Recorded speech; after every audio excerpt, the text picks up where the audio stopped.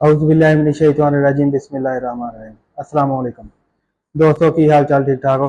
दोस्तों अज असीं अफतारी तो बाद ना बैठे बैठे सानू जोश चढ़ गया कि असीं भी अपना यूट्यूब का चैनल फेसबुक का चैनल बनाइए। तो एक दो दोस्त भी वो कर रहे हैं ते उन्होंने सानू कि तुसीं भी बनाओ यूट्यूब का चैनल बना लो फेसबुक का चैनल बना लो तुसीं जो कुछ काम कर रहे हो अपने काम वगैरह वो दिखाई जाओ तो अर्निंग होनी शुरू हो जाएगी। लेकिन साड़ा हौसला ही नहीं सी पै रहा। हुण असीं हौसला कढ़िया कल राती मैं ऑफिस ही बैठे अजकल रमजान आ तो रमजान के दिन टाइम असीं ऑफिस नहीं आ रहे ते रात टाइम असीं अफतारी तो बाद ऑफिस आने सारी रात ऑफिस अपना काम वगैरह जिहड़ा हुंदा वो कर लईदा।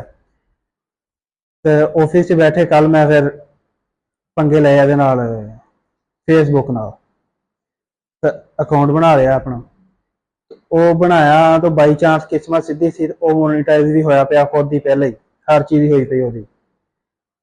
ते फिर अज असीं शर्मो शर्मी अफतारी तो बाद ना असीं गए हफीज सेंटर लाहौर हफीज सेंटर गए उत्थों असीं जाके अपने माइक शाइक स्टैंड मोबाइल दा मोबाइल वीडियो बनाने वाला ते नाल हैलमेट के अगे लाने वास्ते ना स्टैंड भी लिआए कि जी असीं वीडियो बनाया करांगे।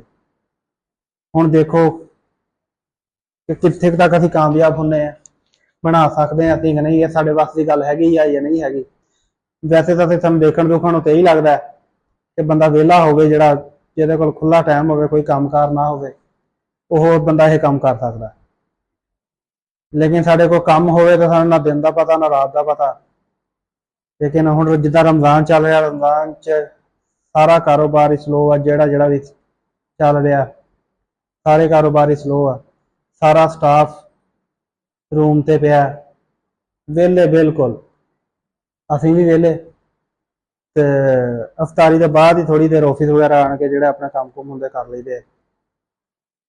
असीं वीडियो बनानी शुरू करांगे आहिस्ता आहिस्ता हली सानूं कोई समझ भी नहीं असीं कित्थों शुरू करना ते कित्थे एंड करना बना के असीं करदे हैं इफ्तिताह करदे हैं।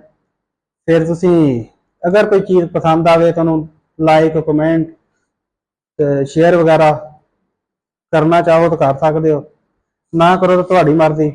सानूं एडा कोई सोशल मीडिया का वो नहीं हैगा कि असीं भई इत्थों कमाई करनी है तो फिर ये वो अलहमदुलिल्लाह दूसरा निज़ाम साडा बेहतरीन है। ते लेकिन असीं ये शौक पूरा एक बारी ना करके देख लईए फिर दिल च हसरत ना रहे कि असीं काम नहीं कीता। इस तो क्यों चौधरी साहब करके देख लेने एक दफ़ा ते जो होएगी तो देखी जाएगी। हुण आहिस्ता आहिस्ता नाल जो असीं रोज़मर्रा जिंदगी च करांगे रमज़ान दे विच भी कोई खास रूटीन नहीं होएगी।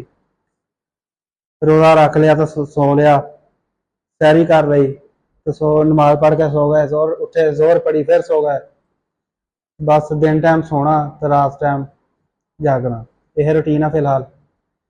बाकी वीडियो शीडियो होंदियां ने जांदियां रहणगियां ते सपोर्ट करना चाहो तो कर सकते हो नहीं तो ज़बरदस्ती कोई नहीं। अल्लाह हाफिज़।